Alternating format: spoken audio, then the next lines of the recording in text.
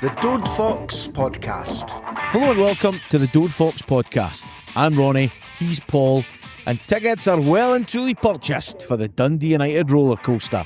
Like, subscribe, click the notification bell on YouTube, support the pod, buymeacoffee.com/Dode Fox Podcast, listen at dodefoxpodcast.com, and follow us on social media. We're at Dode Fox Podcast. Coming up on this week's episode, the week that was, Rangers and St Mirren review, good, bad and ugly, Motherwell Preview, Loan Report, Women's Team, Academy Lads, the Tannadice Test, and On This Day with the Arab Archive.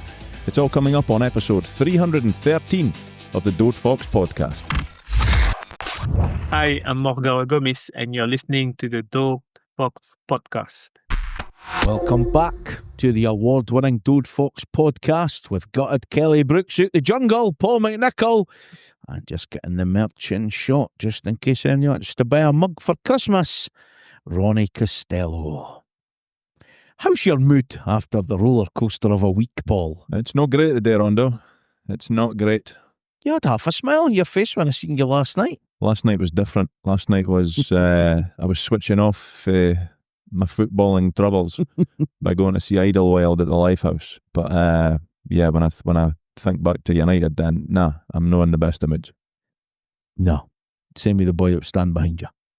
Nightmare, but he chose to stand behind the giant, so it's on him. To be fair, we were pretty far back. Of course we were, so that's what I'm saying. Like I stand there hoping I'm out Abdi's white. If somebody decides that their spot is directly behind the boy that's 6'6", then that's on him. Yeah, that's on him. Yeah, no, it was that was good kick. Good United man. Good United front man.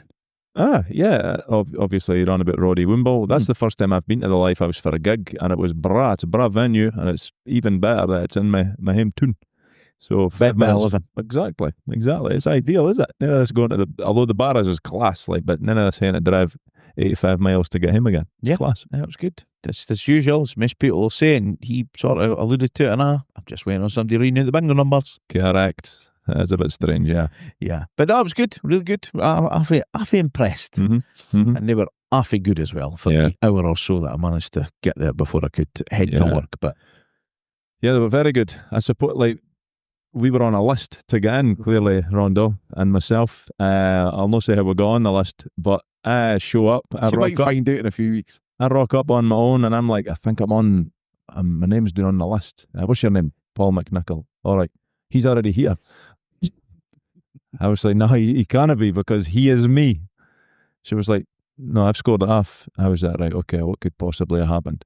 I says, is Ronnie Costello's name on that list? I says, well, I'm Ronnie Costello right now then. And then I went, and then you showed up. But you're adamant you didn't say that you were me. No. I was in after you. Yeah.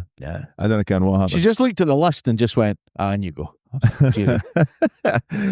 So somebody is masquerading as me. Aye. Yeah, but you got half excited because the boy in front of you was getting all sorts of benefits. Access all areas. He was getting the wristband that got him every room in the building. And I just got to, on you go then, Ronnie. Cheers. Not even Ronnie, but that's fine.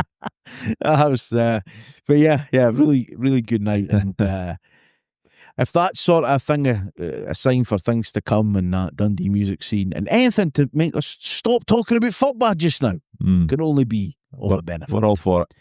So last week we made our predictions ahead of the Scottish Cup draw. I said Cove at home. I wasn't a million miles off. You said a home tie. I thought I said Killie. But you said home. Did I say home? I'm pretty sure. Well, you wanted somebody at home. Oh, anybody. Yeah. Well, that's right, because I was looking for the junior teams, wasn't it? You were. Yeah. And then we've got Scott Brown. So can't I say that I'm overly disappointed with that. It's a tie that you can't be unhappy with. It's a home tie. It's against a team in a division below. And hopefully by the time that game rolls around, we'll look like we can what we're doing when we're on the pitch. So all in all, not to be sniffed at. No, it will be at the Calforth Construction Arena at Tannadice Park in the fourth round of the Scottish Cup. How many times can I father that on the day? Hopefully a number. And obviously, you had Auchinleck were in there. They obviously got a nice, easy draw. They got Celtic. Of course they did. Of course they did. And apparently they're desperate, obviously, to play it at their home game. Kelly offered them their stadium. They went, nah. Yeah. It's 50-50 split, but maybe they've just thought, no, we've got a bowling green or a pitch. We want them and the nonce boy But to come down here. But that's the romance of the cup, though, is it? Oh, Like, yeah. that's what you want. You want the biggest team in the country to hate to go to a junior ground if that's the way that the balls were There's legitimately often drawn. like, what's that Warren Bar? Oh, Celtic. Right, we need to pick Rangers at him. The Rangers. Excellent. Shocker. I can't even mind what they got. It's the Annan or something. It's some easy game again. It's a mini Rangers team, isn't it? That's just par for the course. So it is. But happy enough for the draw. Can't be unhappy with that. Can't be. Yeah, it's a middle weekend. Can't remember what day it was, but anyway. Julius Eskison has joined Dario Namo in the physio room with a knee injury, and after yesterday, we now know there's another two that are in there. Max Wiles should be back, though, for Motherwell. He had a concussion on the back of the Rangers game in midweek, but Pan Kamara is likely to be out for a few weeks, which is, if yesterday didn't show much, although it is. Yeah. Wow. Yeah, it's from a United point of view, it's a disaster because it's been Pan Kamara and 10 others for a lot of this season. And there's certain players that they're not in the team and you didn't really notice, and then there's other players like Pan Kamara, you take him out the team and you probably realise exactly what he brings to the team when he's in it. I think that's fair to say. But when he's not there, he's a big miss for us. A real big miss. Yeah. And the World Cup draw. Yeah. On Friday night. Did you manage to watch through the bullshit? I did. Because I kept thinking, it'll only be another couple of minutes. 88 minutes before a bar was drawn, Rondo. What a complete fucking nonsense. I refuse to believe anybody can come up with that scenario that they play out. And I think they did that the last World Cup and something pretty similar. They cannot believe that people want to watch that shit. They cannot. Utter. It's nonsense. Just nonsense. And another thing that I understand that you've got pots and whatever. I don't like it, but I get it. I'm old school. I just want a draw to be a draw. Get the bars in you one. just want your bar out on the table. Hey, if the randomness of the draw puts together Brazil, Argentina, Spain, and England, then it does. That's what it does. Then that's it. Yeah. But I understand they've got pots and whatever. But then on top of that, we've drew this in it now, and that can't go in that group where it should because there's already a European. Piss off! What we doing? Aye. And they're saying, what was the other one that sprung to my attention? I think Argentina and Spain they can't meet until the final or something because they're seeded. They're 1 and 2, and it was some nonsense. That is a nonsense. Some nonsense. But just get on with it. But as for the draw itself. I was hoping for Brazil or Argentina just because it's the World Cup, is it? Oh, you fucking got them. Aye, but it's the World Cup. That's what you think about when you think about the World Cup. You think of Brazil and are they good teams? I didn't want Morocco, I hate to be honest, because it's no overly glamorous and they're pretty damn good. And then Haiti. I mean, I think Wyclef Jean centre half for them. That's about the only thing I can. I don't really can anything other than we seem to collectively as a Hail Nation be taking them for granted, like, that's worth 3 points. We just say to get a point for. I mean, that's got disaster written out. Yeah, it's it was our Christmas night out on Friday. The works Christmas night out, so we met in the Beltree, and it was on, and they were getting to the draw, but it was only the bit where Trump and his pals are up and they bring out their own country and they make a big song and dance about it. Honestly. And what was the first boy? Is that the boy for FIFA? So the baldy arsehole, no me or you, that's Infantino. He's like the Sepp Blatter of he's the main arsehole. Yes. What about him getting his phone out for a selfie? It was just a shit show, a Hail ceremony. Nonsense. Just get Rod Stewart in or anything. It couldn't have been any fucking worse. Just get the draw done and get him. And then we went on our night out. So we had a meal, but the massive TV at the end of the room. So there was a lot going on, and somebody who's worked with us for a long time was retiring, so it was a moment, and Trapdoor was there, and of course he had to do a speech, like he was Trump. Up there and done all that. Whole time just on my phone, I'm like, Brazil and Morocco are in the same group. Usually the jokes then begin. You seen it coming, eh? You seen it coming a mile away. I then said, we're in the same group, and on the flip of it, and it was and Trapdoor, he says, that was it. Scotland Brazil in '98. Yeah, class. I was like, I bet it was a lot cheaper trying to go in 2026. 100%. And they went to the Norway game, but they flew him on the Morocco game. We got our arse handed to it, didn't we? I think we drew with Norway. And then got three. And we got wins, 3 for Morocco, yeah. So they were chatting about that, and then obviously it was Haiti that come out, but I had about 8 attempts to try and pronounce Haiti. I was in Haiti. Haiti, yeah. Haiti.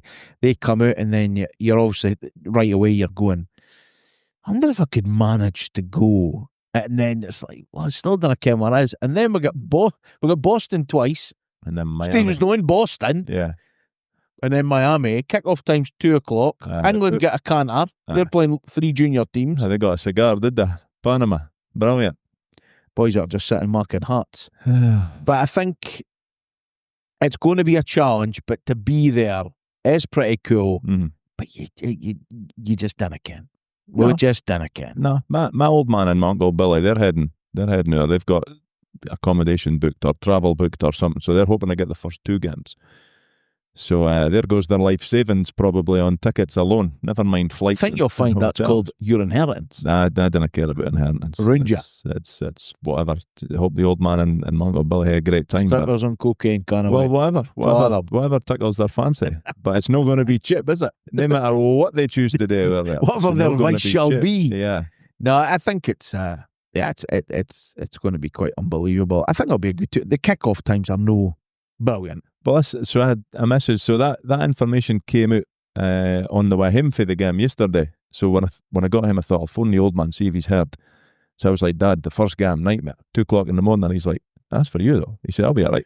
I was like, you prick. Here was me bothered, thinking I better bestow this information upon you, and you're like, well, that's your problem. Yes, it's very true though. Very true. Very much a you problem. Yes, it is. Yeah, it's a nightmare though. Yeah. So two games in Boston. Well, you say, but I mean, beautiful stadium. Yeah. You know what? I think the way that the games are getting played, I think that's hopefully another thing that could work in our favour, because albeit you're going to play Brazil in Miami, it's not going to. You could play them wherever. It's not going to be easy, but potentially they might be qualified by that. So they might put on the reserves, and obviously they're going to be absolutely shite. So obviously, a couple of boys not doing nothing. You want to mark up the squad, lads? We're going to have Vinicius Jr. against Grant Hanley at some point. He's a green-faced bastard. Oh, I can't stand him. I thought you'd have liked him because he plays for that white shite in Madrid. No, I thought you'd have liked him. Such a good player, eh? Such a green-faced bastard. Such a greeting face. Nailed it. No, correct. Yeah, so we're going to win the World Cup. On that bombshell, we were midweek. The Rangers were in town. We scoof over it last week ahead of what was coming up, and then the trip to Paisley yesterday. Apprehensive? Were you looking forward to it? Confident? Were you no sure what we would get, or were you no sure what opposition we would get either during the week? Well, last week I think we touched on it. We thought there would be some changes just because of the way that things are. Like, we seem to change from game to game, and I was surprised, if I'm honest, that Graham was out when I initially saw the team. And a wee bit disappointed, but then I thought, right, that's fair enough, because he's played the 90 minutes just a few days before. He's played on AstroTurf. He's been out for a lengthy period of time with significant injury, same with Waters. So I kind of got my head around that and thought, right, fair enough.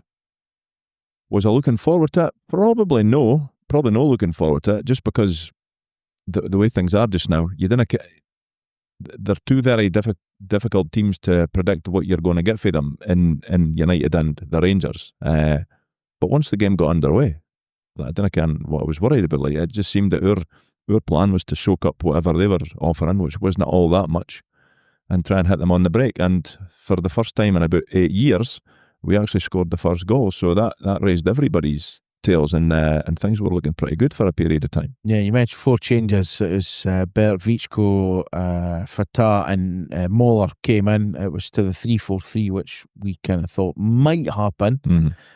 And like you said, Rangers started, they threatened early. Kamara was in about it, obviously, but a brilliant bad down the line for Stevenson. A bit of a slip for Fernandes, but to be fair, Sarpsborg took full advantage in he did. half a tidy finish. He did, yeah. It was a moment of class for Sarpsborg. There's no doubt about it. And it also highlighted to me at the time, the boy Fernandez, he's not up to much. So we should really be You trying could to... take your glasses off and being able to tell that. Yeah, he wasn't I know that he's kind of like a backup, isn't he? Because they're like Shooter and whatever else they play at the back. He's an ex-handball champion, I believe. Ex-handball champion. Are you sure he's not the current handball champion? He's clearly bringing into his football career. But no, it was a great start. It was a great start for us. Cool finish. Just it was brilliant. And Ken, what he done, the striker wide player thing totally right. Cut across the defender. Yeah, because if there's any foul, we probably wouldn't have got a penalty. The boy had a nudge at him, but he kept going, and it was just the wee dink. Yeah, it's class, because so many players would have blazed it into the shed probably. But no, Zach. Oh, me, I would have fell over it at the halfway line. And the thing is, no long after that, Muller has a chance, so could have been 2 up. Yeah, it's a good chance as well, isn't it? He's got to do better. Sticks it wide. He's, we'll get to him. But I'm not overly confident about him scoring many goals. Just wrap us up now. It's just going to be the big monkey nickel moon this afternoon. May very well be. Up the other end, in front of you, I think it was a glancing header or it come all the way through, but either way it was sort of no last ditch, that's the wrong end, but a reactionary save. Yeah, I thought it was a good save. At the time I thought it was a really good save, because as you say, he's not had much time to react to it. Mm-hmm. It's a good dangerous ball into the box, and I forget why I got a touch on it. Maybe it was Miovski. I think it was Miovski. Was it Miovski? So it was one of them where the keeper's kind of got to wait to see if the striker's going to get anything on it, which he did. And yeah, at that time he made a good save. He undoubtedly he made a good save there. Let's talk equaliser. Well, is it from that corner? Good chance it is, yes. Yeah, and for some reason, like we're coaching our keepers to punch Ahan, it seems, which I'm not a fan of. Ken, what? There's places for it. I'd get that. But sometimes I look at things. I think if you can get 2 hands to it, then try and catch it. Personally, that's what I think. You there. That's what and I'm clearly no a goalkeeper, never been a goalkeeper. But if you can get 2 hands to the bar, how are you not catching it? Yeah. That's, again, that seems to be dinosaur talk when it comes to football these days. It really does, because Abdi just wants to punch it. And you know what? If you're going to punch it and you're going to punch it 40 yards, then I'm all for that as well. What's that? But when you're marking a hash of it, then that's not the best. In fairness to the Rangers boy, I forget exactly how the ball's landed at him. It's a good strike. I seen it all the way. I knew it was in all the way. You could argue we didn't close him doing enough. But I think Richards probably sees it a wee bit late as well, because it comes through a sea of players. So, yeah, shite that they'd equalised, but a fair strike for the boy. we had the Premier Sports feed, like the actual TV feed. So you got the replays on it. Mm-hmm. And when it first went in, I was like, nah, it's no bad. Now you see a second angle and I go, keeper should save it, but then you see it behind the goal and I'm going, nah. Yeah, and that's it. So there was people saying, should the keeper have got that? And I think they were saying that because it's no right in the corner, but it's moving, and he doesn't see it till late. So I would kind of cut him a wee bit of slack. First goal in professional football, they'll be expecting that every week for him. No danger. But it was a good strike, but it was a bit of the... It was about a kick in the stones, Ken, at that point. Yeah. Because again, we're kind of architects yet again of conceding the goal. But then at least it wasn't we didn't shoot ourselves in the foot. Like, pass it though. You could argue there's things that we could have done to stop it, but we often say if somebody's going to rake it in for 25, 30 years, then like fair enough, and that's exactly what happened. So fair play to the boy. Yeah, and after that we had Fatah has a chance. I think Kamara has a chance. They've got the boy Barron has a chance. I'm just trying to remember what it is, but either way, we go in at half time, 1-1. Yeah. A wee bit disappointed that we've maybe but again, or was it pretty fair to go in a draw? I was probably just a wee bit like, Yeah, possibly, but yeah, it probably was. Like, if you're a neutral watching it, you're probably thinking, well, they've had chances, we've had chances. Yeah, it's probably. I think a neutral probably thought it was a decent game of football. Yeah, and it was a pretty good game of football. Like, as I say, our plan was clearly to just try and soak up and hit them on the break. That seems to be our strength this year, if you can call it a strength. But that seems to be what we are best at. But we were also relying on Kamara getting about the pitch. Like, there's no doubt about that. He makes such a big difference, and he was making such a big difference again. Fatah was looking dangerous anytime he got the ball. So when you were sitting there at half time thinking, like, we've definitely got a chance here. We've got a really good chance to go on and win this game. And then there was a bit of chaos in the red box. There was, yeah. And once again, I'm going to point the finger at the keeper. I think he's got to do better. Does he punch it straight in the air? Or And does then he misses palm the it? second. Yeah, like, Chaos. you got to be better there, Dave. You've got to be better. I also can't think be doing the that. boy doing over a kick's got to do better. Huh? Like, he's literally 10 yards out and hits the bar. But, Yeah. Phew, it was a let off. But he doesn't hate to do anything if our keeper deals with that situation. Like, is that? and on the night, Dave Richards made a good few saves for us. Very. But Kucherenko has made a good few saves for us this season. Ken, what I've seen in Dave Richards, and a wee bit of yesterday as well, his reactionary saves he's really good at. It's like, again, is it possibly, I've got a bit to think about this. I'm just going to punch it. Because you see a corner coming in. Yeah. And you might, whereas these ends that he's mark yourself big and get on something. Ken, I think he can launch a bar like this. Yeah. Ken. But it's just these wee bits of, is it because he's not played loads of games? Yeah, I generally don't ken, but it's these wee moments you go, Ken, we've punched it in the air. There's no punch out for a throw, even if it goes behind for a corner, but it just caused absolute chaos for Abdi. Of course. And it's no good, Rondo. Like that. As I touched on like a couple of minutes ago, I don't know why we are coaching keepers to punch everything. Like when they're not. Are we? We must be. And now, I don't think I think Kucherenko will come. That was his possibly, trait. yeah. Well, fucking coach it out on then. I'm not so sure. Ultimately, we've got to be better. Now, I get the balls these days are lighter and they say, they move about and whatever, and maybe that's the reason that they try to punch them. But then I will go back to, if you can get two hands on it, then try and catch it. Yeah. Certainly don't punch it in the air. And if you are going to punch it, you've got to be better. Like, you've got to refine that skill, because out and wide. Miles away for your goal, don't punch it in the air. Like, we've seen it all before. We've seen it this season. It's getting into a whole heap of trouble, and we've got to be better at that. And then the huge blow, Kamara going off injured. I think he just slumped. Might have been just after that, actually. He just slumps down and you thought, oh no. I think he was like, we've got another dumpling in the goal here. I'm heading up the road. I'll put the Bairn down tonight. I didn't need to see what's going to happen here. I think that's what happened. Ryan Strain came on. Lucas Stevenson moved into midfield. From then there was Richards has a good save for Gassama? Mm-hmm. And then I think he then hits the post. But then we decided Amar Fatah went, Gizabar. Yeah, and it was brilliant. A brilliant individual goal, great piece of skill. And it's something I've thought that he's got in his locker, for want of a better way to put it. Like, he's had moments in games where you could tell he's a really good player, really skillful, really technical player. You just need that end product. I suppose you could say that about so many players in world football, but he really could be a difference maker in games in this league, in my opinion. And in that moment, he couldn't have done much more. 3 boys away, and then great. Curls it in the bottom. You watched the other way, I'm sure.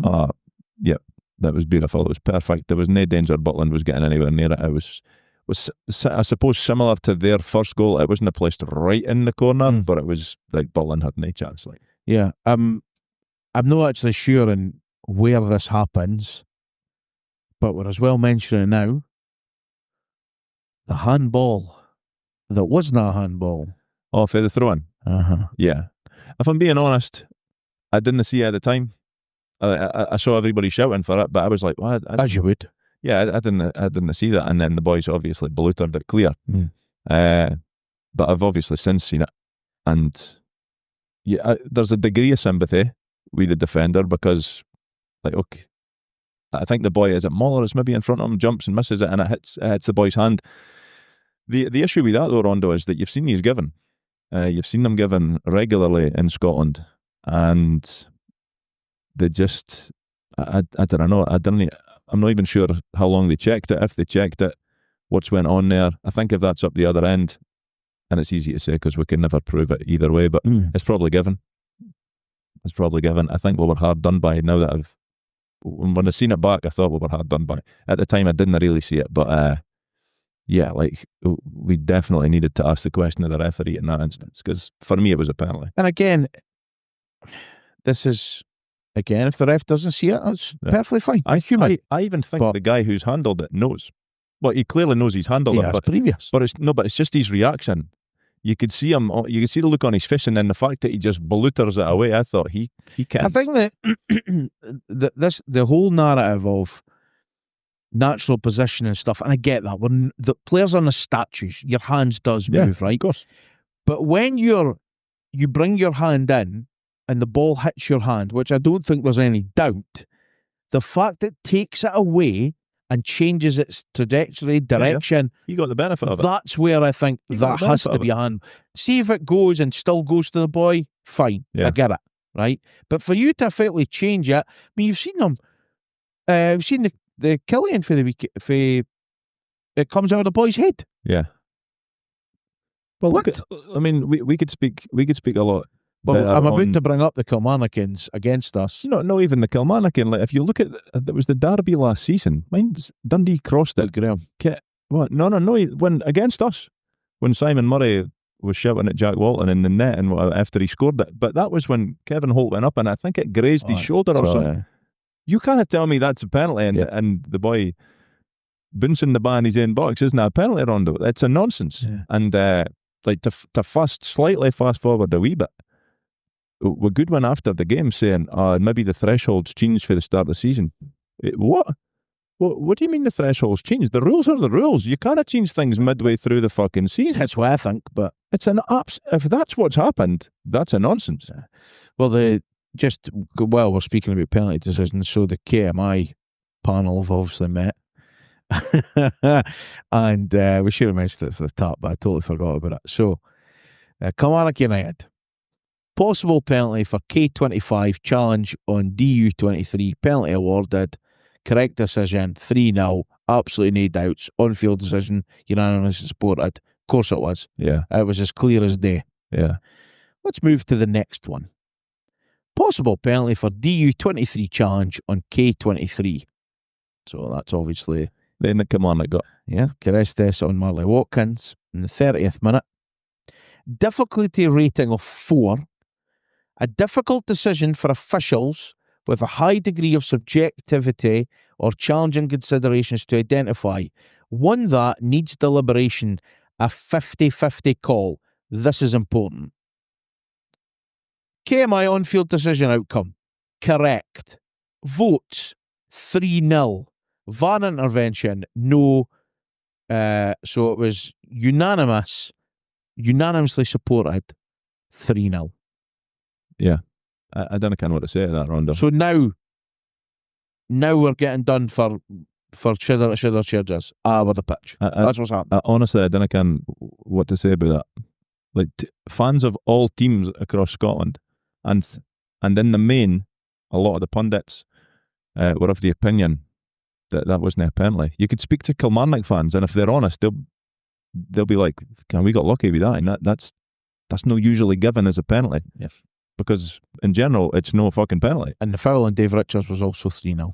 Fully supported. Yeah. Yeah. But our one was a difficulty rating of 2. Then it was 4 for the Watkins one, and then on Richards was a 3. Yeah. So the one that was the most subjective was unanimously supported. No, even one person went, could be a bit light. It now sounds, to stop them making a complete arse of it, they're now having to defend their referees. Yeah, they're doubling and down. VAR, despite them making an arse of it. Yeah. That's the feeling as a fan it's bringing all the time.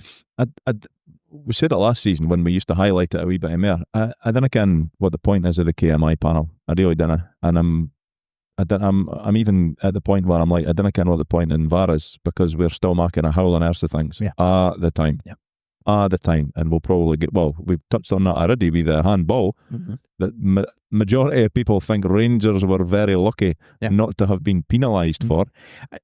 and this is the thing, for the handball one, for me, the fact that, because I think his hands by his side, and I get that, but it's more the more I watch it, because at the time I didn't think it was a penalty. Like the first couple of replays, I didn't think it was a penalty. But when you just see, and it's like, wait a minute, when you actually look at where the United player is, like you're saying, he's effectively passed it to himself to hoof the ball clear. Yeah, but even, like, I do have a degree of sympathy with the defender, but the fact remains, like, penalties have been given for things like that, and a lot less. Yeah. This season, last season, whenever. So why was it not given? Yeah. You kind of pick and choose, and as I mentioned about Goodwin saying the threshold's changed for the start of the season, that's bullshit. Did he say it has changed, or is it potentially changed? I'm not sure, but he definitely mentioned, he says maybe he said the threshold has changed. But if that's the case, that's a nonsense. Yeah.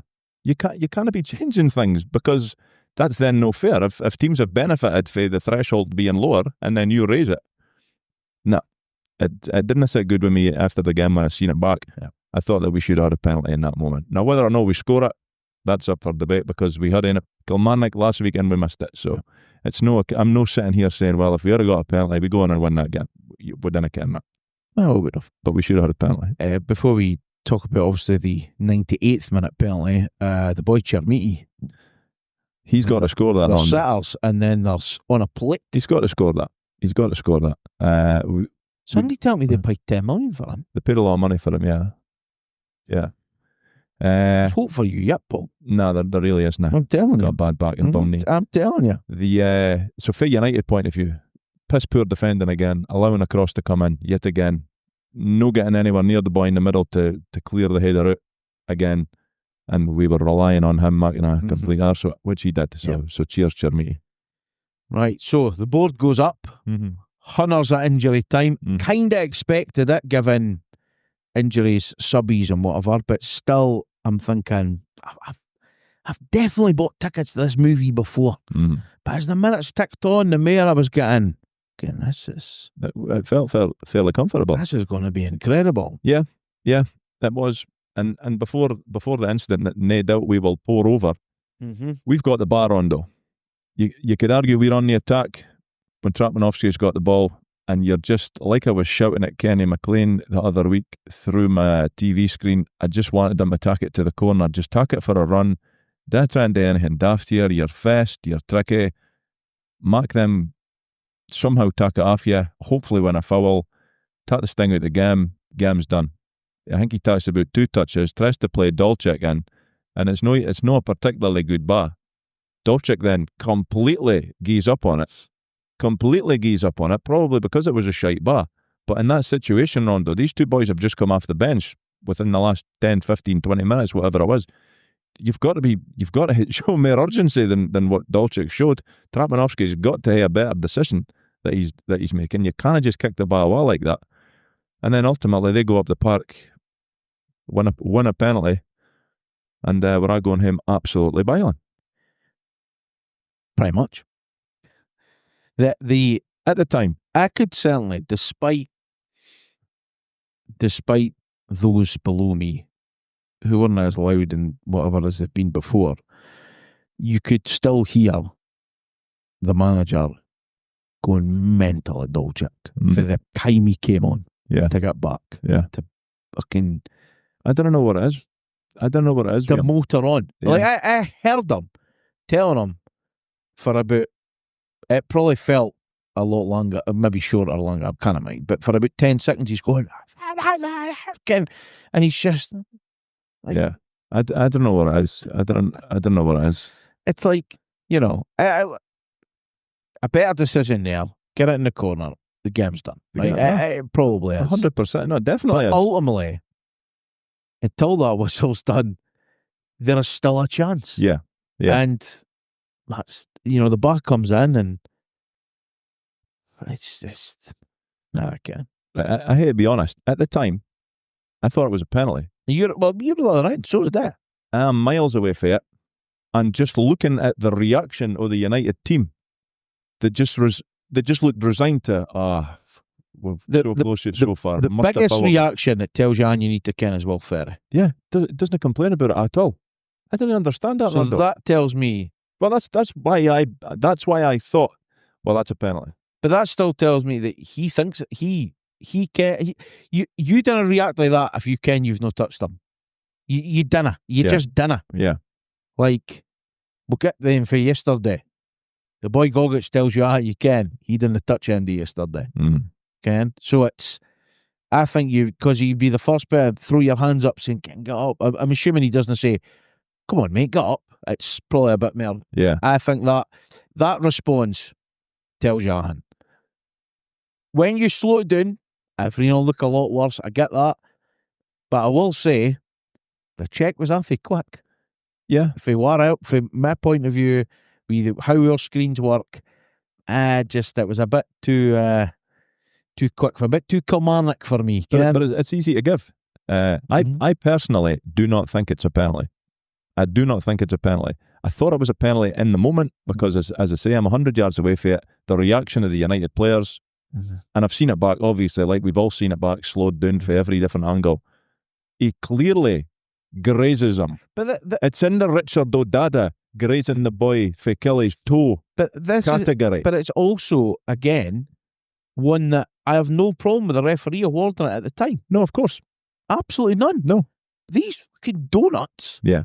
Every bit of technology and the console VAR could surely tell me, you might want to come and have a look at that. Yeah. Like, that's all we're asking. Mm-hmm. Okay, did I go, I'm not saying, did I be saying, mate, you've made an absolute Roger Hunt of that. Go and have a look. Yeah. And you then decide what you think.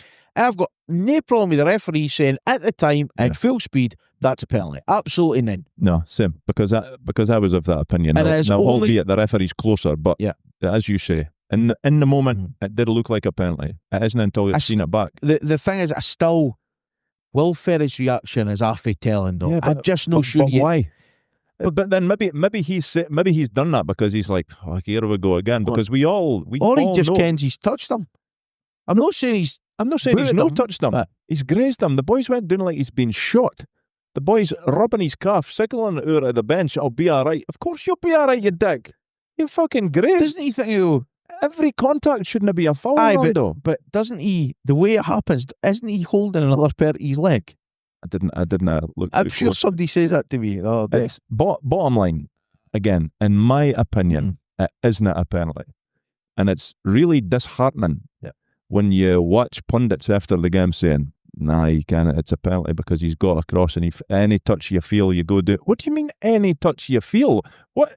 That's bullshit. I'm not a fan of that narrative. That's nonsense. Any touch you feel, there's no doubt there was a coming together. A graze, if you will, a very, very slight touch. No enough to knock anything down. No. Nothing. No. How does that I would like that no to be a foul anywhere on the park. I don't like the way football is going when people are justifying things like that because it's a complete nonsense, in my opinion. And of course, I'm a United fan. I'm probably going to think this way. But it wasn't a penalty. Take everything into account. It's the last seconds of the game. The boy kens exactly what he's doing. He needs to get a penalty for his team because his first touches took it away from him. In fact, his first touch was literally to try and get kicked for Will Ferry. It was just, when I've watched it back, it's indefensible to me, and it's so shite that people in the game are of the opinion, that's a good decision. That's a penalty. Yeah, this is the problem with this again, VAR, and this is what it comes back to because like I've said, I've not got a problem with the referee making the decision. And if you're in the championship and that's given us a penalty, you accept it. There's no VAR to back up, and now you look back and go, "There's no real penalty." Because in real time, again, we're all saying it because people get clever because there's nobody to tell you otherwise. Yeah. But everything about it, and it was like you say, it was that genuine the reaction of it, and boy puts the ball on the spot, and you're just thinking, just maybe. Boy hit it pretty damn fucking well, but it was so. It just sucked energy out of us. It felt like a defeat walking out the stadium. And we'd put in a good performance, backs to the wall at times, no doubt, and we were certainly helped by them being wasteful with their chances. Ultimately, it was our best performance in weeks. Yeah, Was? Yeah. And that's something else that we can touch on, like the fact that we seem to be raising our games for these matches and no for other ends. But on the night, it was a real bitter pill to swallow at the end of the game. It really was. More so when I'm halfway up Barclay Street looking at it on my phone and I'm coming to the opinion that it's no penalty. But I can't change that. There's no naked day that could change that. It's done. It's in the past at that point. But I was certainly an angry man when I went home. And I think people touched on it when everybody was probably feeling the same. And then when United put out their club interview with the manager after it, I really didn't agree with much he was saying. But I comforted myself by thinking, I don't believe what he's saying that he believes. I don't think that Goodwin is of that opinion that he's so laid back about this. Well, it happens. I think he'd have been raging as well. I don't think he thinks it was a penalty. I certainly didn't think before he certainly would have done the BBC and he wouldn't have seen it. He wouldn't have seen it back yet. Yeah, I have no idea. But no chance. It's too, because they're effectively right after the game. As good as. Yeah. So apart from chatting about it, and I would be amazed if they've had 20 replays to see in a bit. Yeah. You know, I imagine by either Thursday way. morning he was fucking beeling. Yeah, and that's it. Like, I've no doubt that he thinks that United should have had a penalty and that Rangers were very, very, very lucky to get their penalty.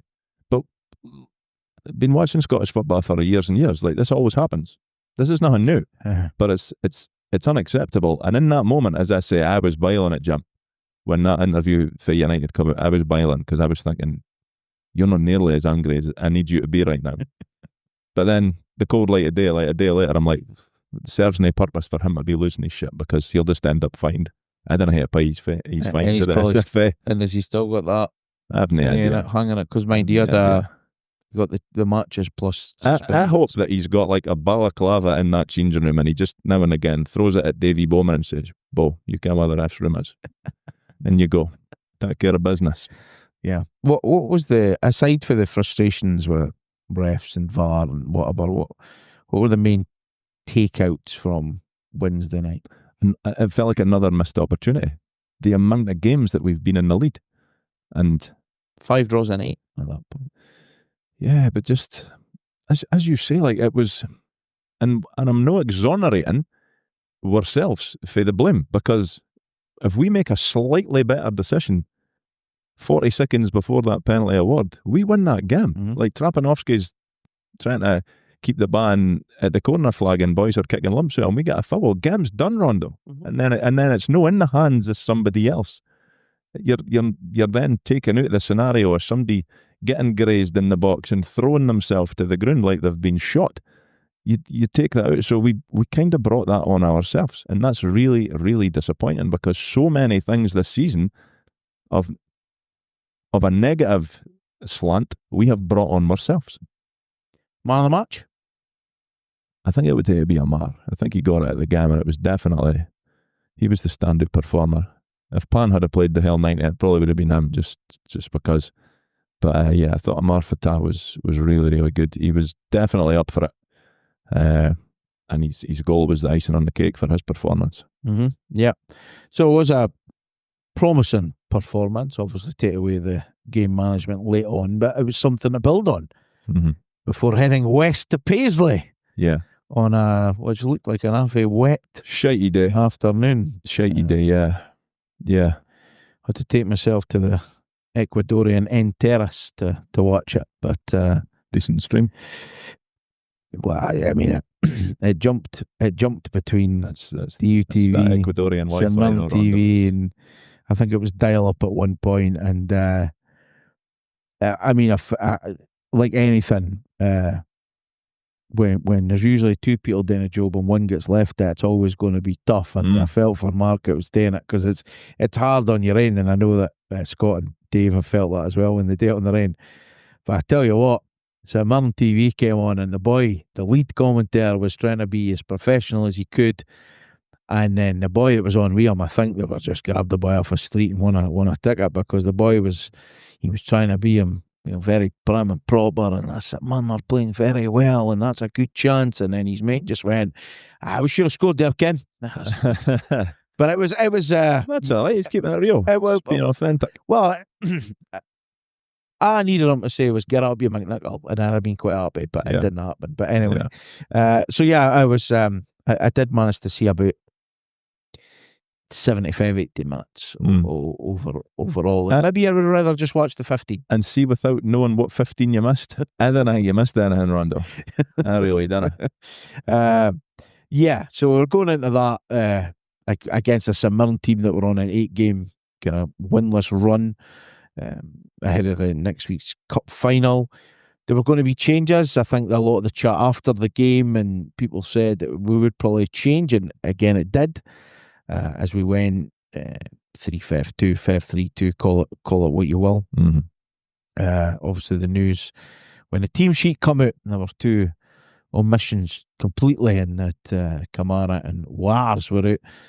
I think we all suspected Kamara was going to be out, but Waters definitely a surprise. Yeah, but Ross Graham was back in. Yeah, the midfield 3 was on paper. I was like, that's industrial. Sibbald, Vichko, and Luka. That's what I was thinking pre-match. I mean, that's how it was during it. But again, going in, I probably wasn't feeling very much because there was Christmas tree dramas and everything going on in my house yesterday. So it was kind of chaos. We'd put the tree up and it was all fine. We were up the stairs. Next thing, crash. First thing is, where's the dog? But she was wee, so couldn't get the blame. Down there it is, it's face planted, eh? It has completely took a Max Aarons. You bought the Max Aarons a Christmas tree. Unbelievable. There would have been like, did you hear the back door open? Maybe a slight breeze touched it. So that was it. It was chaos. Really? And then I was the only worry for Claire was, I hope the baubles are right, because Disney have got a Christmas shop, right? So so we bought a bauble in June. It was £35. Wow. That's probably more than my house is worth. £35. So your head wasn't in the game, is that what you're telling me? So that's where it was all going. It was all going on. It was all going on. And then I had to go and order a new Christmas tree. And I did that, and then I was like, right, I'll get the game on. They were damn. I put the game on. I was like, right, I'm ready for this. Team come out, seen the team, and I was like, I'm all right. I'm okay. It's going to be it's going to be physical. It's going to be challenging. Yeah, but I'm all right. I didn't like the team. How? Why? Because Fatah was not in it. Why was he fitting in? But see, that's my issue. He was so good midweek. The way I'm thinking about it is, if he's your best player, why on earth would you want to leave him out? And if you decide the best way forward is to leave your best player out, then I can't agree with that at all. I think you've got to play at his strength, play our strengths. But what we seem to do week to week now is we are trying to cancel out what the opposition can do to us. And at times you definitely need to do that. It could work, but it's not been working this season, Rondo. So I was really, really disappointed that Fatah wasn't in the team. Mm-hmm. And I was speaking to a few boys around us, and they were like, yeah, but that's because I was like, I get it. But then didn't play that formation. If for some reason you think the best option is to leave your star man for midweek out, I didn't agree with that at all. Mm-hmm. And I was really disappointed that Waters wasn't even on the bench. But that was neither here nor there. That was an injury, obviously. Yeah. Obviously there was, I think they had a chance very early. Boy McMenamin had a chance. Richards good save. Yeah. Richards doing what he's paid to do, I suppose. Love it. Yeah, but we just weren't good. We just weren't good. It was just a shite match. I'd have probably been better off staying and helping you with your tree, because even going through there, me and the wee man were thinking, this it's going to be shite the day. It's never a good game against them. The weather was minging.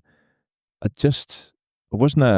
didn't kind of what you're going to get for United. I suspected we wouldn't get the level of performance that we got against the Rangers. And then when I seen the team coming out, I thought, right, it's definitely going to be another battle of a game. But for the get-go... What was it you said about... What was it, the thing about St Mirren? The manager, he was like, people say that, but it's tough against them. Yeah, they're be hard-working, hard to play against team, and he didn't like that. He was like, I hate when people say that. But it's true. It's true. Like, nobody, I don't think anybody when when they look at their fixtures, and that could be any team in Scotland, they didn't look and think, oh, that's a good game, I look forward to playing St Mirren. Nobody does. No. But that's a good thing. Like, if you're St Mirren, in my opinion, that's a good thing. You didn't want to be viewed as an easy game, and they certainly aren't. But we just didn't seem up for it at all. We were miles off it. The first half was stinking, I thought, culminating in losing a really sloppy goal. Really sloppy goal. I thought it was actually a foul to us because we were on the attack, and Zach, and I've not really seen it back, to be honest with you, but Zach's on the attack. I thought he got fouled, and then the ball went to Sibbald, and then I thought he got fouled, and then they've broke up the park. I don't know why their strikers were. It was McMenamin that scored. Yeah, but any of them's, they're on the left-hand side, and he kind of, he's a big lump, and he's useful in Scotland, obviously, but he kind of lays it back to the boy, Declan John. And Yovu and Strain immediately just back off. And I'm out my seat screaming at somebody. I'm like, go and close him down. Somebody. I'm just screaming at Abdi. Go and close him down. He doesn't close him down. The boy puts in a great cross. And Kerstes, I don't know what he's doing. I would like to ask him. I've no idea what he was doing, because initially you could kind of see him pointing to the other striker and passing him over to Graham, which would probably tell you, it leads you to believe, right, he's passing him over because he's kens that he's got that boy behind him. Yeah. And he does nothing. And I get Will Ferry's out of position, but that's because we were on the attack. That's going to happen. Yeah, so on, you were obviously, what you said to me last night, you were going to watch Sports Scene to see the Bucks. You'd obviously only seen them at the game. And the big thing is, when you see on the replay, Crestis turns, checks the boy, kens he's there, doesn't look back at him. Doesn't look back at him again. And next thing, it doesn't jump. He's under the bar. It doesn't jump. And the boy wins a header, and it's like, come on. Dave Richards lands about at the corner flag. Yeah. Yeah. I mean, nothing he could do. It's a good header for the boy, but he's got all the time in the world to go, see, as long as the centre half doesn't, oh, bang, 1-0. Yeah. Kerstes, I don't know if I said it last week or the week before, but too often he's switching off.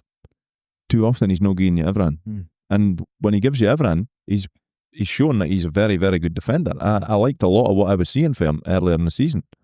Miles off it just now. I don't know what it is. There's so many of them that are miles off it just now for whatever reason, and I don't really understand it. I can know what's going on. But yet again, that was not so much like the Rangers' first goal on Wednesday, where I thought, right, fair play, you prick, that's a good strike. But that, and I was like, we should have got out, at least attempted to get out and put pressure on the boy crossing it, and then we've allowed a boy a free header about 6 yards out. What are we doing? Terrible defending. What amazed myself, and still amazed, that not once did I think the keeper should have come and got it. But again, maybe he should have come and got it and just put 2 fists on it. I don't know. I think, well, I wouldn't have said that, but I think Kerstes he's got to get rid of it. He's got to do better. He sees it coming in. Yeah. The biggest problem, like say for me, is he says to Graham, he then bandit, man.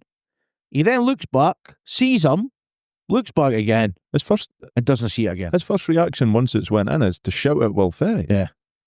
Will Ferry's 20 years away, 30 years away. Of course. He's out of position because we were on the attack. Now, Will Ferry's had criticism this year. I don't think, I'm not blaming him for that end. We are on the attack. Of course he's going to get caught out of position at times the way we play. Yeah.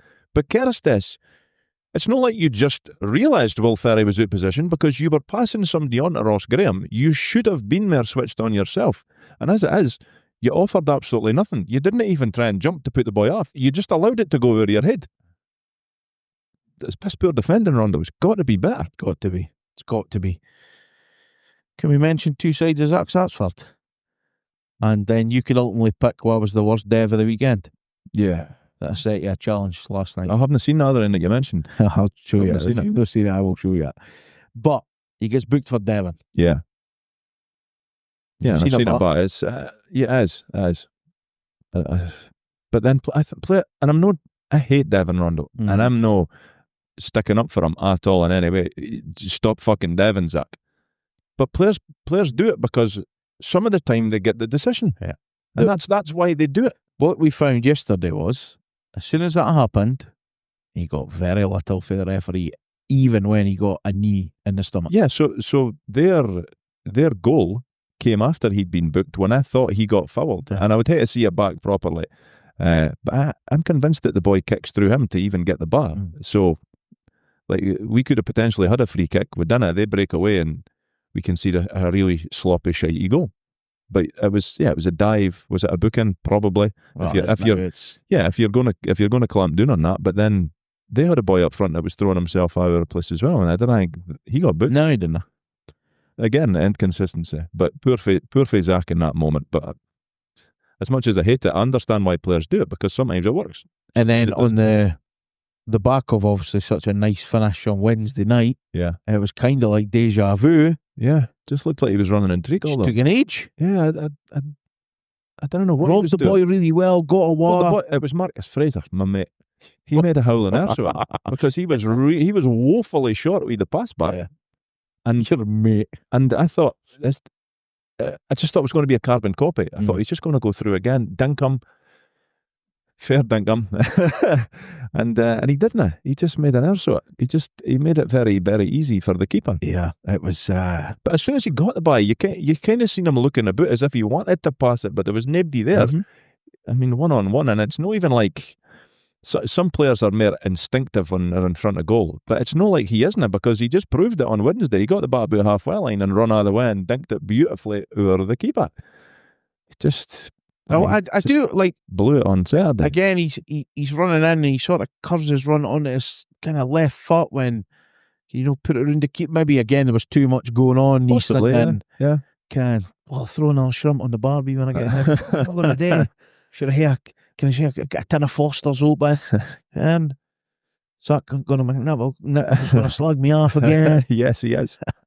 Yes, he is. Nah, that was like a gilt-edged opportunity, because up to that point, I didn't think we created anything in the first half, really. Slow and even that we didn't create. That was my mate Marcus Fraser helping me out. Obviously, our friendship's going quite far in that moment. But like when we're a team that are conceding really sloppy goals, if we get a chance like that in a game where we've offered nothing, then we've got to be taking it. And we just didn't. Yeah, and like I say, at half time, I was kind of glad to hear the whistle. Yeah, it was stinking. It was absolutely stinking, Rondo. It was everything that Wednesday night, wasn't it? I suppose, like Wednesday night, we'd done all right. We were doing, we were soaking up pressure, we were looking decent going forward. Too often when we play this 3-5-2, we create nothing. Absolutely nothing. The boy Muller, I've seen it on social media in the last 24 hours, he's getting loads of stick. Technically, I think he's very good. Got some great touches. He's maybe more suited to a skills competition than he is to 90 minutes on a football pitch. He's needing... Like every strike, Do you think he's going to get in though? You do? I do. I'm not convinced. I've got to back him. I mean, our mate Marcus sponsors him, so I've got to back him. I'm just not convinced. Do you know what I mean? I want him to get a hat full of goals, but some of the chances yesterday and even midweek, I suppose, like Sam Dalby was tacking them last season. Yeah, and when the ball was anywhere near his forehead, good chance it was ending up in the back of the pocket. I'm not getting that for Muller at all. I'm getting Van de Sande vibes for him just now. See, like it's going a wee bit off topic because it's kind of more for. You just talked about your fucking Christmas tree for 10 minutes. We couldn't have been any more off topic. Nobody cares. I mean, I always wonder, like, if somebody's new to the pod and they go, "Oh, that's a United podcast, maybe listen to that," and they pick the wrong 5 minutes, and generally they're just listening. They must go. Never even mentioned United there. But not about your £35 baubles. I do kind of think that, but most of the time it comes when we've been bit. So we're just trying to like pad for someone else. But anyway, I've lost my train of thought now, you arsehole. What was I going to say there? Well, we're on about Muller. Aye. So I was going to say about, we were speaking about like Motherwell coming up and whatever team and what we would do. I think what we've seen in the early part of the season is there's a real bit of love for Satsford and Waters up front, right? Because I really like that. But I'm kind of, certainly, and I think players play themselves in, because for a point, Dolchik had to be playing because of what he was doing, what he was bringing to the team, right? Trapmanovsky's been in out with injury, I get, but like with you, Fataz, he's there, he's got to be on there, but how do you get that to work up front? We push in, do you push Satsford out, like I think happened a wee bit on Wednesday before the changes were made? kind of, it's like, where does Abdi fit into the team? How do you get that to work? And there's a wee bit of conundrum, which I can't believe we're saying at the start of December that we're no sure. But again, the luxury of having these players all available at the same time's not really been there, you know. So it's a wee bit of. I wasn't surprised the formation changed. No, I don't think anybody was. Certainly St Mirren wouldn't have been surprised, because that's what we do. We change it every other week. Oh, the fact again, St Mirren are playing with a back four. Could you have done a three? You know, I think you do. One of the biggest things, and we'll get to the second half in a second, because I did think we were better in the second half, but it meant nothing really, is when Kamara's knowing that team. It's so noticeable. Noticeable. It's painfully noticeable. Yeah.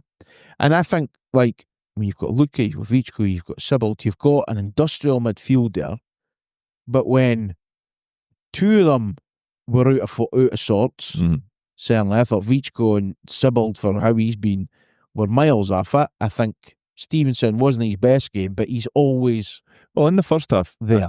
In the first half, I thought Sibbald was miles off it, but I think he was playing more on the left of the three. I think he's better deeper. Yeah. Vichko's he's not been great this season. He's in a bad run of form. Yeah. 100%. Yeah. You know? I mean, I thought second half we were better. I mean, it goes to show because there was a change and we had to change things around. But that's another gripe. Like, why? Yeah. We always have to change things, because whatever we start with, and it could be 3-4-3 or 3-5-2, whatever we start with, we didn't seem to fucking make it work. Yeah. Yeah. It's bizarre. Is there any other teams out there that's starting formation gets changed and tweaked so often as yours? Yeah. I thought we were better in the second half. We certainly had more chances. Obviously, Satsford hits the bar for the free kick. I didn't actually see a replay, but that would have been in front of you. Yep, right in front of me. I'll send you the video, Rondo. Yeah, that was a good effort. Over his fucking hand last night, and that was a good effort. And then they scored. And then Sibbald hits the bar. Yeah, well, yes. So we'll go on our chances first, because Ned will have a fucking rant about their ball. But we get a corner, and it's a good buy-in, and Fatah's header, it looks another way, Rondo. It's bottom corner. George's save. Great save. It's a great save for the boy. Fair play. Yeah. And then Sibbald. And then for the corner again, we take it short, we get to Sibbald, and he rattles a cracker of a shot, and I don't care if the keeper got touch on it or no, but again, it hit the bar, and you just thought, it's not our day. But their second goal. Wow. Dearie me. Once again, Ahan this season seems to be happening 100 yards away from me. That's probably a good thing. It probably is a good thing. It stops me going on the pitch and chasing boys. But when I had a bad back. I do have a bad back, but adrenaline's real, Rondo. Adrenaline is the biggest. It really is. It's a big factor. It's the biggest medication. Too easy again to get the ball in the box. Because we didn't, when we had the ball in their box, they swarmed us. Yes. Too often when they got the ball in our box, they had men free. And that was a classic example. I didn't care was crossed it, probably that Declan John again. And the boy that we quite like, Phillips, he's up, free header, straight at the keeper. And then it somehow felt like Bacchus, and he's tucked it in. And I turned to Leo, and I was like, I think Dave absolutely fucked that there. But I'll hate to see it back. And then when I saw you last night, I pretty much said the same thing, and you were like, wait till you see it. And that's an abomination. It's a mistake. Or an attempt. But how does that happen, Rondo? It's not a difficult save. It's straight at him. Yeah. Why is he palming it out? Just fucking dev on it, lay on it, sit on it, throw your hat on it. I think then serve it up on a plate to the opposition boy coming in. I think the bandits' reaction was on you needed to get. Of course, because we're killing ourselves in these games. Yep. We're absolutely fucking killing ourselves.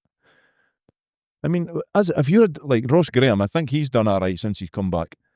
Tannadice Test, no so much. Yovu, hot and cold. He's maybe the best of the three that we've brought in currently.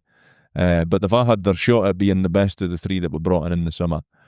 But if boys are knocking their pan in and the keeper's doing that, what chance have you got? You've got no chance. Yeah. No chance. That needs to be addressed big time. absolutely big time. And as much as Goodwin's getting criticism, he's no daft. I'm assuming that we will be bringing a keeper in January. I'll be amazed if we didn't, because if we didn't, we are ken where this ends. Yeah. And I'm not saying a keeper fixes Aachen, because the defenders, they're needing to have a good, long, hard look at themselves in the mirror as well, some of them. But you need somebody that the defenders can believe in behind them. They've got a wee bit of trust in them. Kucherenko lost that, in my opinion, with the defenders. And now Dave throwing in a goal like that, that doesn't help. That doesn't help. Yeah. And I think if in these two games this week, we've probably seen the good and the bad of Dave Richards, because two or three really, really good saves. Yeah. And then obviously he's involved in the goal, no directly because it falls to the boy with pings in for 30 yards or whatever, but then the chaos that... Yeah, the chaos where the boys hit the bar and the Rangers get in like that. Just tip it over the bar. Yeah. And that's it. It's done with, deal with the corner. Then I punch it straight in the air and just cause chaos.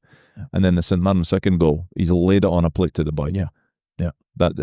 These are inexcusable mistakes, in my opinion. And it's the thing is as well, I mean, ultimately it comes down to there's only one start that matters.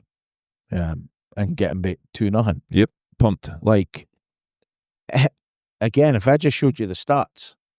No, well, I've not seen them, but I'm assuming we had more of the bar. 62%. Yeah, but we didn't do nearly enough weight. Like, we didn't deserve anything in that game. Yeah, 62%, 13 shots, only 3 on target. We had 200 more passes than them. We had... But how many, again, we've went back to passing the bar backwards all the time. In our own half. Yeah. So they 200 passes probably got when they were. Probably got when they were. That's another frustration. Okay. Backward passes, 68. There you go. Was that in the first 10 minutes? Or was that how the hell 204 forward passes. I mean, I can you love stats? No, I don't know. It's I ken what I seen, and we didn't deserve anything for that game, in my opinion. Now, so you could certainly make an argument that we should have. Like, we've had good chances. We've hit the woodwork twice. Great save for the keeper. But ultimately, when you're defending the way that we're defending, now you don't deserve anything. It's that simple. Last season and the season before, we had Declan Gallagher and Kevin Holt. Now, you could maybe argue that the boys like Esselink and Tannadice Test maybe are technically a wee bit better, but they didn't have their heart. They didn't have their dig. Their will to win. Their I'm going to throw my body on the line here. It's just no there. And I kind of mentioned Esselink, and he didn't actually play yesterday, but I'm not seeing these traits for these boys that have come in. I'm just not seeing it. 1 in 10. Yeah. For United now. 5 points off the top 6 defensive issues. We're losing duels in our own box. Have been all season, though. Like we've said that all season. I would. For as tall as the criticism that we've certainly that I've levied at them is that when you look at our defenders in a lineup, they're giants. They're big imposing men, and yet they lose way more than their fair share of headers. And that's not even improved. Yeah. It's slightly improved for Ross Graham back there. He wins the majority of his headers. But Tannadice Test at the first goal yesterday. You're not going to win it if you don't fucking jump, mate. Yeah. 3 wins, 3 draws since we beat St Mirren at which was fortunate. Home in October. You know, it's been quite the up and down, but we're so involved in our own sort of downfall at times. And like I say, I think there's goalkeeper in the January, I would be. It's got to be. More and more surprised if that didn't It's got happen. to be. And there's a bit of me that thinks it would be good to see a Rory Adams, but I don't think that's fair. I don't think it's fair to throw a young laddie in when the pressure's clearly on. Fans aren't happy. Like, you would want to put Rory Adams into a team where the defence is looking solid. That's what you would want to feed a young goalkeeper into a side like that. Well, we're anything but solid. We are diarrhea at the back at present, Randall. Man of the match? Maybe Stevenson, but there was nobody really that stood out. Nobody, bugger it. Okay. Can we talk about bookings? Let's go for it. Right. So, Creste, 6 yellow card yesterday, so he'll be suspended in 2 weeks' time. Excellent. So it's 14 days, so that will be the Hibs game possibly, Okay. or the game after that. I'm not sure when the 14, if it's for the day, but he's on 6, so he will get a ban. He will be banned for a match. Sapsford's on 4. Jovo's on 4, Vichko's on 4, Bert's on 3, Luca's on 3. 6 is obviously the ban. Surprisingly, Will Ferry's not a booking yet. Did you not? No, and he collected them like Like they were Tinder in his, profiles. like they were in his contract. Yeah. Yeah. So it's not a concern, but I think at the start of the season when the centre halves were picking up bookings just for a laugh, it seemed it was going to get worrying because Well, certainly Big Yuri. I would have thought he had about 12 bookings by now. Clearly not. 4 in the league. So it's 6 bookings, you get a ban. You get another 6 bookings, it's a 2-match ban, and on and on. It's maybe no as much, obviously, with Ross Graham coming back. It's not as much, but again, what I'm flipping into here is they're getting a style to play, or getting a formation to play. Sometimes you need to rip it up, and I know the 3-4-3 has been what it is. It's seeing There's too much chopping and changing. a wee bit of that. I would like us to just go, come on, we're playing 4-2-3-1, and we're fucking going for that. In my opinion, there's too much chopping and changing. Boys don't can what they're doing from week to week. Most weeks there's a subby at half time, so whatever that's coming off, like confidence are going to be rock bottom. If you hadn't seen the first 5 games of Dolchik, you think this was in the worst players you've ever seen because he's offered nothing. But he kind of very, very much confidence just now. Trapanovsky, similar, although he frustrates the life out of me at times as well. Mahler, technically, good be the bar. I don't think he's ever going to score. You think he might get one? But just, I don't know. Sapsford seems to be the only line that's undroppable in that front line, and I would probably agree with that. And even yesterday, like we're both saying, how on earth can we no get a formation that incorporates Amar Fatah being in that lineup? That can't happen. Like, there's too much chopping and changing. And I get, like, if we had a set up yesterday, 3-4-3, and St Mirren blow away, then I'd have been absolutely boiling thinking, what are you doing? But we kind of, this constant changing of systems, the players didn't seem to care what they're doing. The manager seems set in his ways that that's the way that he is wanting to do it. And he's sticking rigidly to it. But it's not serving us well this year. And it might just be a simple case of because our defence is leaking goals. Maybe if they weren't, like, how many times did we win 1-0 last year? Mm-hmm. We're never going to win 1-0 this year because I would sell the fucking jerseys at some point. We need to get back to being able to keep a clean sheet. But I say that, and I'm thinking the players that were enabling us to keep a clean sheet are not here anymore. Your Gallaghers, your Holtz, and I'm absolutely not calling for these guys to come back. But the players that are there, they've got to defend better. If you're a defender, your first job is to defend. That's it. Try and cut out the crosses. Try and win your headers in the box. Let's not let anybody get a free header in your own box. Defend it like it's your own house. But we're just not doing that just now. We're far too easy to score against and have been pretty much all season. So going for a 4-3-3 and move on. I love 4 at the back, Rondo. And the thing is, why not? When Goodwin first came in, we played 4 at the back. I played 4 at the back after he went gung-ho yesterday. Carestes and Graham were the 2 centre-halves. I'd honestly leave him out just now, Carestes. I don't care if he's suspended. He wouldn't be in my team next game. So if you're going 4-3-3, right now, what's your team for Saturday against Motherwell? If again, you're the manager. Yeah. What would you do? 4-3-3, what you did? I'd take Will Ferry left back, Ross Graham, and I'm bringing in Big Sam. And I don't care what anybody says. None of the defenders have done enough to suggest to me that even in their poorest form, they're a better option than Sam Clew-Harden, personally. And on the right, I suppose ideally Luca, but because Kamara's out, you're going to need him in the middle. So you'd probably have to go Ryan Strain. Mm-hmm. Ryan Strain, he gets a lot of stick as well. I don't know if it's online, but certainly at games he gets a lot of stick. I don't think he's a particularly great defender, but I think he's alright going forward at times, which seems to be the modern way. But yeah, I would Midfield 3. Midfield 3. Christ almighty. Luca's in. Yeah, Sybil's in. it's got to be. He's got to be. And probably by default just now, Vichko, Mm-hmm. because there's nobody else. But Vichko is miles out of form. Front three. Waters, Saps for Fatah. I like that. That's probably what I would go with.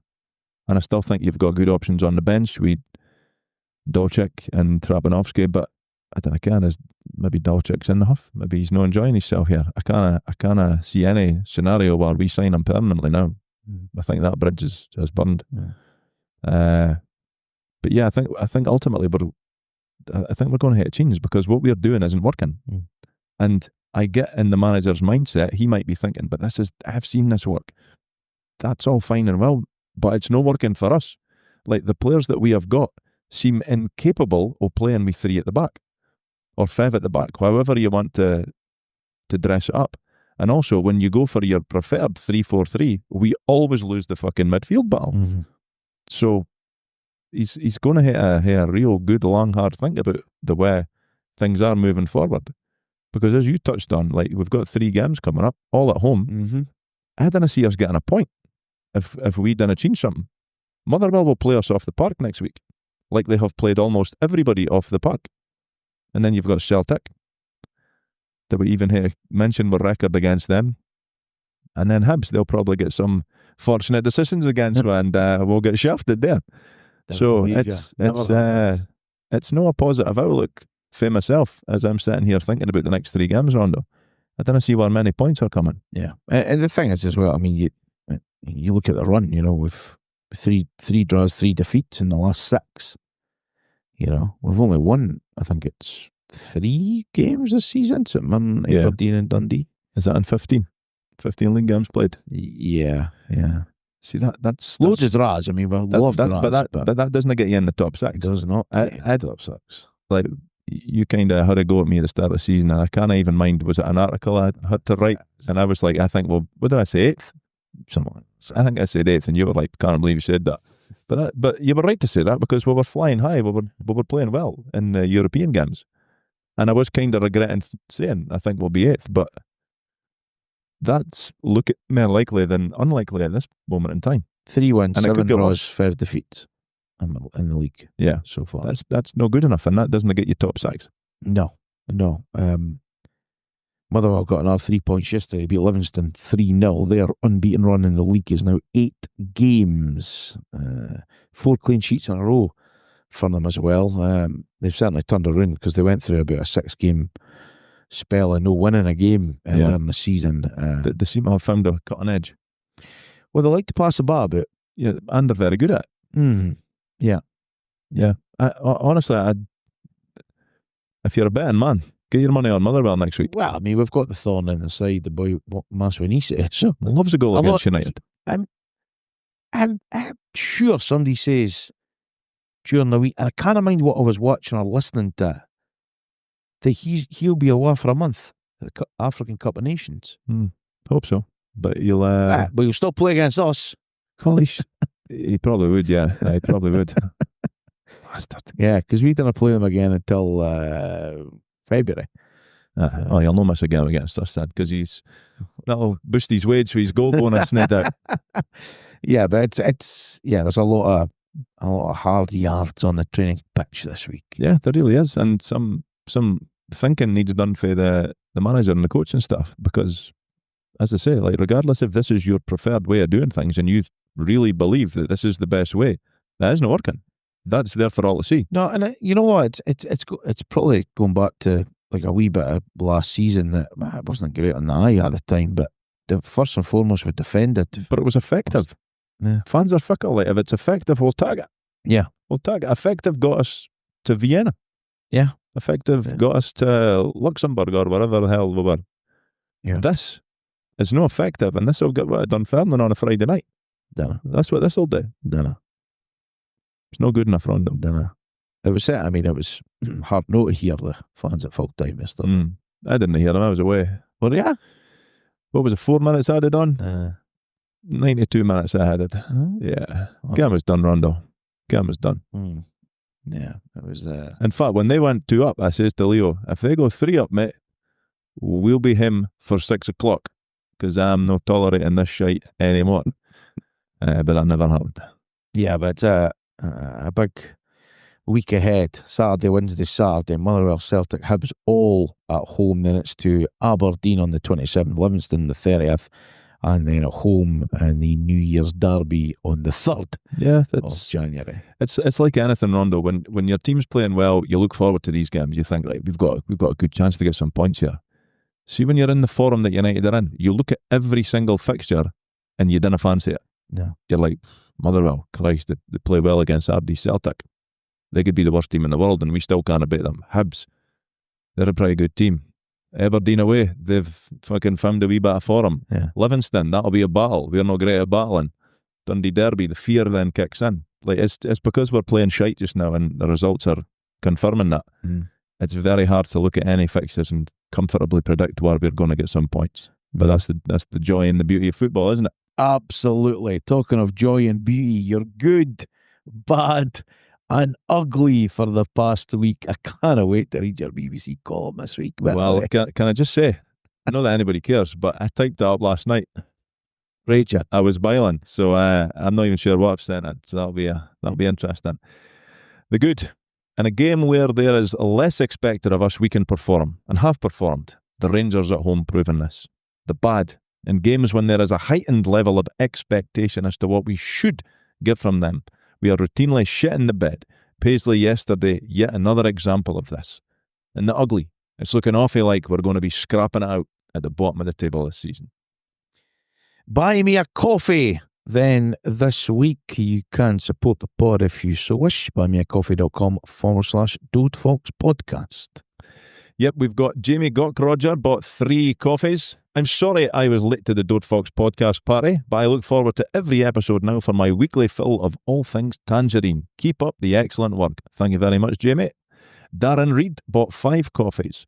Keep up the good work, lads. Win, lose or draw, it's always good to have a listen on a Monday morning. Hopefully next week you're discussing the good results against Rangers and St. Man. Sorry, Darren. Should we refund Darren these coffees? Because we're not really holding up our end of the bargain. And Bob Black bought 2 coffees. 2 tangerine lattes for the lads. Thank you very much again, lads. Thank you. Would you like a Championship Manager update? Somebody does. Somebody somewhere does. Right. So I fired it up. I'm currently playing Championship Manager 2000-2001, right? Mm-hmm. So I'm a couple of seasons in, still at United, and I'm lining up in a 4-3-2-1. I would like to call that the Christmas tree formation. Okay. And it's Christmas with you, is it? Okay, so left and right backs push on, Mm-hmm. and the 2 guys in behind the strikers push on as well. So here's my team, right? In goal, at 44 years old, is Peter Schmeichel. Right, it's him or Alan Coombe. So that's where I went. My back 4 is a young lad called Vidarsson. Dick him on his face. I think he's Finnish. Danny Griffin, Jason DeVos, and podcast pal Jamie McConney. Midfield 3 are a Swedish wonder kid called Jonas Lundin. He's class. Mark Kerr and a Nigerian Afolabi. He's awfully good. He's got work permit problems. Afolabi, awfully good. He's awfully good. He's awfully good. I've got double 10s, Charlie Miller and Kim Karlstrom. What does she play for? Kim was on the played for Arsenal for a couple of seasons ago. Class. And they support the lone striker Alex Notman. I was runners-up in the league and both cups last season. Always the bridesmaid, never the bride. Wow. Pressure's on. I've got $4.5 million to spend and nobody wants to sign for us. No wonder. No wonder. I know.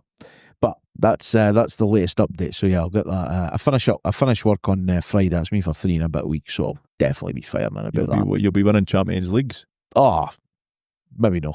But if I remember, I'll update you. Excellent. Wall of Kits, what you got for on the wall this week, Paul? And who the hell's signature is that? Well, so I can tell you what kit it is. It's a kit that we got gifted to us from Andrew Welsh, not a relation of Brian's. He's a podcast listener. It's the 2008-2009 away jersey. There is a signature on it. We've got absolutely no idea what signature that is, and neither does Mr. Welsh. He can't remember. He Fair can't play. remember, but he was honest enough to say that. It's I like it. It's a cracking kit. I like that one better than I liked the home version that season. And I would hate to say it's Jimmy Gomez that springs to mind. I'm pretty sure he wore that and scored up at Tawdry or something. Belter. Or I might be marking that up. Wouldn't it be like us? But it's a nice kit. Nice kit. It's got the Fat Sam's logo on the back. Was this donated to keep or donated for this segment? Donated to keep, yeah. Or giveaway? Or giveaway, yeah. Keep or giveaway, whatever. I mean, it's I can't get it on. It's only a me jump. They know we're wearing that, Rondo. I'm like, that's my neck. But it's a lovely kit. It's a lovely kit. But if anybody could figure out that signature, Yeah.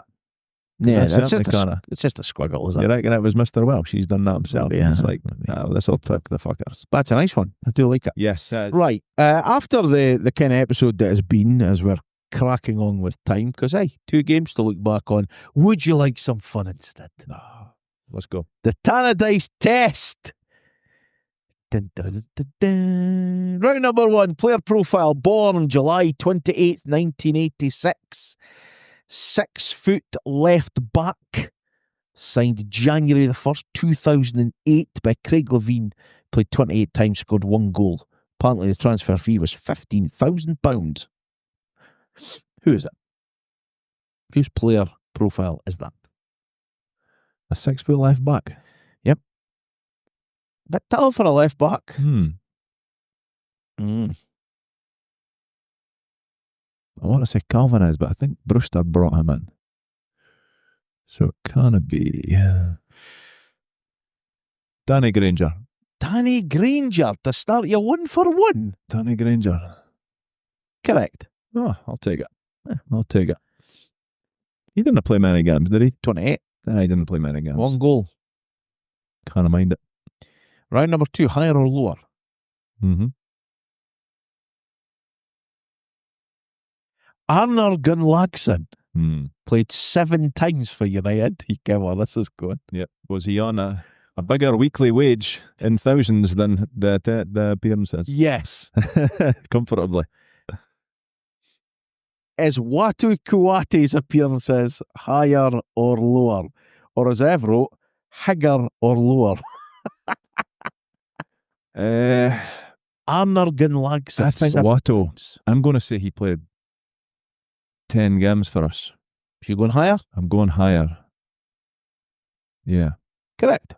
Yeah. 9. 9 games. Is that including Busy Dillo's testimonial game in there? I don't think so. Well, he played 10 games. There we go. Whatever. I'll take that. Round number 3 this week Mm-hmm. is not team sheet. It's season snapshot. Okay. United got off to a poor start in the league. Could be any year. The first match against Hibs at home ended in a disappointing defeat. The following week, we got beat 5-0 against Celtic, and the team didn't end up winning a game till mid-September. We beat Partick 2-0. By the end of November, we'd picked up just 12 points. We were already out the League Cup. December was a lot brighter. We got wins against Killie, Livy. We were better at Ibrox. We got beat 2-1. But in the new year, we went out the Scottish Cup, 3rd round away to Dunfermline. They went on to be the finalists that year. The team then enjoyed a 3-2 win over Aberdeen. This would start a memorable, unbeaten home record that would stretch out until April. United played a total of 41 competitive matches during this season. They finished 5th in the Scottish Premier League. And I've had a pish next to the scorer of the most league goals from this season. That's an incredible clue to end it with, Rondo. You've really left this with an open goal here. Right, I'm going to say... You mean that didn't get a what? Let me just figure out. 96, 97. 96, 97. That's the season I think it is. That's not when you had that push, but I think that's the season. Committed? I'm committed. Wrong. What answer do you want first? I just want the answer. Then FIFA is with your World Cup draw nonsense. Just give us the answer. The answer is 2003, 2004. Okay. Miles it. Do you want to tell me what the scorer was or when the push was? The scorer. Well, I'll tell you, the push was on Wednesday night and the top goal scorer was Billy Dodds. Ah.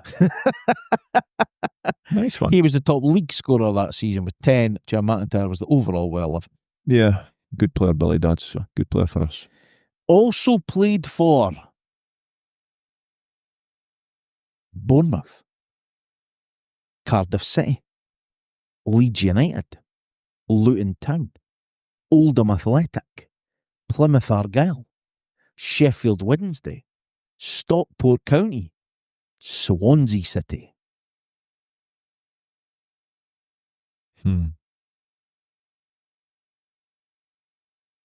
David Worrell. David Worrell. I bombed him right out of my team on Championship Manager, by the way. David Worrell. It's wrong. I thought I was wrong, but I've no idea. Warren Feeney. I think we've had him before. Joined on loan for... No, and that's according to my notes. Warren Feeney. Joined on loan for Cardiff. Loved the goal against Celtic, did he, for some reason? I wonder why. Not as good as the boy, his mate crossing himself at Ibrox when he scored. Round number 5, who am I? You're 2 for 2 to 4. Yeah, well, Hand on eye. I had been with Mansfield Town, Manchester City, Sheffield Wednesday and Charlton Athletic before I joined United. I went on to make 18 appearances for them. My debut was a 2-0 win against Hearts at Tannadice, and I spent the last 45 minutes of my Tannadice career getting pelted by snowballs. When my contract expired, I joined Burnley, but I didn't make a single appearance. Who am I? Nicky Weaver. Correct. Yeah. Nicky Weaver. I mind watching that. It was the snowballs clue. I wouldn't have got it if it wasn't for that. So I threw it in. He ended up back at Aberdeen. He ended up signing for Aberdeen. Yeah. I remember Which is mental, but yeah. That I would put that down as a win for you this week. 3.2 to 5. Somebody had to win. I think that's Somebody had to win. But it wouldn't be United. It wouldn't be United. No, this week. Useless. Right, what's been going on? And all the other bits. The world of loans, academy and women. Them, yes. Miller Thompson at Ross County. A truly dreadful day up north yesterday for County, but it did see the comeback of Miller Thompson. He started the match against Airdrie on the bench and he could only sit by idly as Airdrie were 2 goals to the good by the time he came on. He did though come on in the 74th minute and just 9 minutes later assisted a County goal, but the Staggies couldn't do enough to get anything else from the game and ended up losing 2-1 on the day, meaning they sunk to the foot of the table. Lewis O'Donnell at Cove Rangers. After last weekend's Great Cup win at St Johnstone, Lewis would keep his place in the starting lineup as he travelled to Dumfries to play the team that he was at last season. He'd play an hour of the match before being withdrawn as the two sides played out a 1-1 draw. Charlie Dewar at Alloa. When I think about what a successful loan spell would look like, I think of Charlie Dewar at Alloa. A young lad that has gone there in a position that requires the manager to fully trust you, centre half, and he has been nothing short of excellent. Once more, he's played the full match and yet again has helped his side to keep a clean sheet. Alloa would beat Peterhead on the day 4-0, and that is a result that keeps them hot on the heels of leaders Inverness. Great stuff for the young Geordie. Lewis Haldane at Cowdenbeath. Lewis was again relegated to the subs bench for Friday night's fixture against Herts B. Pish for the lad. Academy team. Last Monday, United under-19s entertained Motherwell, and when I say entertained, I mean battered. It would finish 5-1 to the good guys on the day, with Jack Anderson scoring 4 goals and Calvin Beattie adding the other. Then on Friday, the under-17s travelled to Motherwell, and they would lose that one 2-1. This coming week, the under-19s are at home on Monday, today as this podcast comes out, against Montrose, and that one has a 7:30pm kickoff. Then on Friday, the under-17s are at home against the Rangers, and that one is scheduled for a 7pm kickoff. The women's team. There was no game last week for the team, and this week they are at home in the Scottish Cup when Rossvale women come to town. Rondo, that should be an easy win. We'll take your word for it. On this day, in association with the Arab Archive, preserving the history of Dundee United Football Club since 2006, 8th of December is our focus day, just 2 games to mention, which is a complete lie because I've only got 1 year in front of us. So there we go. Our only game this week is for 1990. Celtic headed to Tannadice, and a brutal Arctic gale made it a nightmare day for football. But United handled the conditions far better and claimed it deserved to win. Celtic started with a flurry of corners, but the match flipped on its head when Geese Steinman, what a name, I love it, launched a long ball forward. Pat Bonner rushed out, mishit his clearance in a mix-up with Anton Rogan, and let Christian Daly nip in and roll the ball into an empty net. Alan Main then produced a brilliant save for Fulton, but United settled and pushed on. Bonner denied Daly again before Celtic levelled from nowhere. Tommy Coyne punished a loose pass back, rounded Main and scored from a tight angle. But United's response was instant. Jim McInally chipped in a Mixu Patalainen. Darren Jackson cushioned it down and drilled a low finish past Bonner. Minutes later, Jackson broke again, laid it to Dave Bowman, his shot at the bar, and Mixu was there smashing the rebound for 3-1. United controlled the closing spell with ease. Celtic rarely threatening a hard, disciplined win in brutal conditions, with Jackson, Mixu and Daly driving the team home. Same again next Wednesday, lads. Signings. Ray Stewart signed for United at just 13. He was already captain in Scotland's schoolboys by the time he turned professional. He came through the reserves, made his debut days before his 17th birthday, and he became a first-team regular in the 78-79 season as United pushed hard for the league title. His rapid rise earned him the SPFA Young Player of the Year award in 79 and a £400,000 move to West Ham just before his 20th birthday. United used part of the fee to build the North Stand covering. At West Ham, he became a legend, the club's trusted penalty taker, scoring almost 80 from the spot and missing only 10. He won the FA Cup in 80, earned 10 Scotland caps, making his debut in 81. He later played for St Johnstone, still in Albion, before moving into management with Forfar, Livingston and Stirling. So on this day, back in the day, was signed Ray Stewart. Heard lots of good things before my time, of course, but Same. Seems to be a right good man. I think he's back in this neck of the woods. Yeah, Perthshire, I believe. Yeah, nearly then. Yeah, he's around there. Here, we'll hit to see if we can get in touch with him. No, that against you, Ray. That would be good to get him on the podcast.